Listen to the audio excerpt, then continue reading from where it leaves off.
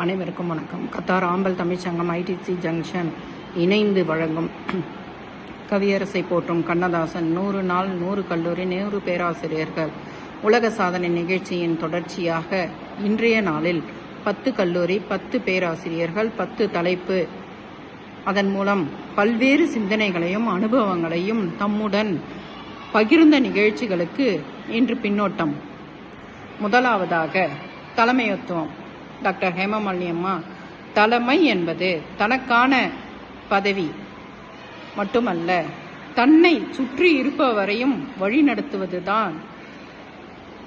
தானும் தன் குழுவாகவும் சேர்ந்து வெற்றி பெற செய்வதே தலைமைத்துவம் என்று மிக அருமையாக கூறிய அம்மையாருக்கு நன்றி, வணக்கம். அடுத்ததாக அனுபவத்தின் முரண்பாடு. டாக்டர் அனிதா கென்னடி அம்மா, புத்தகம் அறிவை மட்டும் கொடுக்கிறது, ஆனால் வாழ்க்கை என்ற பாடம் அனுபவத்தை அள்ளி கொடுக்கிறது. அனுபவம் ஒருவரின் வெற்றி, தோல்வி, இலக்கு போன்றவை ஒழுங்காக வழிநடத்தும் வாய்ப்பு வேண்டும். வாய்ப்பு இல்லையெனில் முயற்சி, தவறு செய்து மீண்டும் முயற்சி செய்வது. எவ்வளவு பெரிய மனிதராக இருந்தாலும் முதலில் பிகினர்ஸ் தான். மிக அருமையாக கூறிய அம்மையாருக்கு வாழ்த்துக்கள், நன்றி. அடுத்ததாக மனிதர்களை மதியுங்கள். டாக்டர் சாந்தி அம்மா, கல்வி மனிதனை உயர்த்தும். கல்வியின் சிறப்பு உயர்ந்த பதவி. பதவி இருந்தால் தானாகவே மதிப்பு உயரும், இல்லையெனில் மதிக்க வேண்டும். அதை பிபிடி பிரசன்ட் மூலம் மிக அருமையாக கூறிய விதம் அருமை. வாழ்க்கையின் கட்டமைப்பு, மதிப்பின் தொடக்கம், ஆம்பல் தமிழ்ச்சங்கத்தின் மைய தத்துவம், அண்டை வீட்டாரின் தத்துவம், திறமைகளை பாதுகாத்தல் என 10 படிநிலைகளை கூறிய விதம் மிக சிறப்பு. அம்மையாருக்கு வாழ்த்துக்கள். அடுத்ததாக நீங்கள் படித்ததை தாண்டி கற்றுக்கொள்ளுங்கள். டாக்டர் ராஜா அவர்கள், நாம் புத்தகத்தில் இருக்கும் அறிவை மட்டும் கற்றுக்கொண்டால் போதாது, அதையும் நீக்கி வாழ்க்கையுடன் தாழ்வு மனப்பான்மை, உயர்வு பற்றிய கற்றுக்கொள்ளுங்கள். பயிற்சி, முயற்சி, படித்ததை தாண்டி கற்றுக்கொள்ள, படிக்காததையும் கற்றுக் கொடுங்கள். அங்கேதான் தொடக்கம். தலைவர்கள் தொடர்ந்து கற்றுக்கொண்டே இருப்பார்கள். தவறு, தோல்வி, வாய்ப்பு, வாய்ப்பு பிளஸ் முயற்சி, வாய்ப்பை உருவாக்குங்கள் என்று மிக அருமையாக கூறிய ஐயா அவர்களுக்கு வாழ்த்துக்கள். அடுத்ததாக தொழிலில் நேர்மை.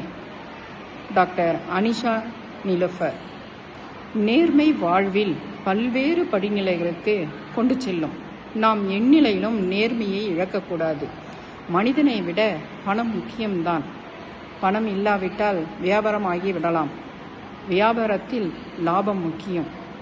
லாபமே முக்கியம் என்றால் ட்ரஸ்ட் அழிந்துவிடும். நம்பிக்கை இழந்தால் வியாபாரம் இழக்க நேரிடும். நேர்மை நீண்ட காலம் உங்களை நிலைநிறுத்தும் என்று கூறிய விதம் மிக அருமை. அவர்களுக்கும் வாழ்த்துக்கள். அடுத்ததாக வெற்றி ஒரு தனி பயணம் அல்ல. டாக்டர் தேன்மொழி அம்மா, வெற்றி எப்பொழுதும் தனி மனிதனை சாராது. தனக்கு பின்னால் நமக்கு ஊக்கம், பயிற்சி, முயற்சி என்று செயலாற்றுவற்றையும் இணைத்தால்தான் வெற்றி கிடைக்கும். அது ஒரு குழு செயல்பாடு. ஒரு மனிதன் வெற்றி என்றே குறிப்பிடலாம். குடும்பம், பெற்றோரின் துணை இல்லாமல் சாதனை நிகழாது. ஒரு செடி வளர வேண்டும் என்றால் மண், தண்ணீர், காற்று, சூரிய ஒளி தேவை. அதுபோல தனி மனிதனுடைய உழைப்பு, அன்பு, அரவணைப்பு மேலும் முழுமையாக வெற்றியடைய உதவுகிறது. நன்றி என்று சொல்லுங்கள், நன்றி சொல்வதற்கு தயங்காதீர்கள் என்று கூறிய விதம் மிக அருமை. அம்மையாருக்கு வாழ்த்துக்கள். அடுத்ததாக பாதுகாப்பாக வாழ்வதா, முன்னேறி வழி நடத்துவதா? டாக்டர் நித்யா, அதாவது நானே பின்னோட்டம் வழங்கிக் கொள்கிறேன். பாதுகாப்பாக இருப்பது அவசியம். அதில் ஏற்படும் பல்வேறு இன்னல்களை சந்தித்து தோல்வியை எதிர்கொண்டு புதிய சவால்களை கற்றுக்கொண்டு முன்னேறி செல்வதே சிறப்பு.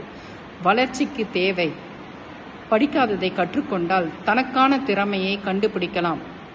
மாறும் சூழ்நிலைக்கு ஏற்றவாறு தங்களை மாற்றிக்கொள்ள வேண்டும். தோல்வியை கண்டு ஓடாதீர்கள் என்று கூறிய அம்மையாருக்கு வாழ்த்துக்கள். அடுத்ததாக வெற்றி ஒரு இலக்கு அல்ல, ஒரு பயணம். டாக்டர் ஹரி விஜய தீபா அம்மா அவர்கள். வெற்றி என்பது சாதனை.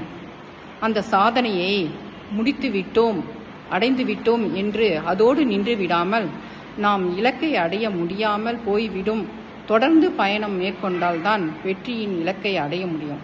இடம், பதவி அடைந்தால் வெற்றி. வெற்றி என்பது அது ஒரு தொடர் பயணம். சிறிய சிறிய முயற்சி, கற்றல், முன்னேற்றம் அடைய முடியும்.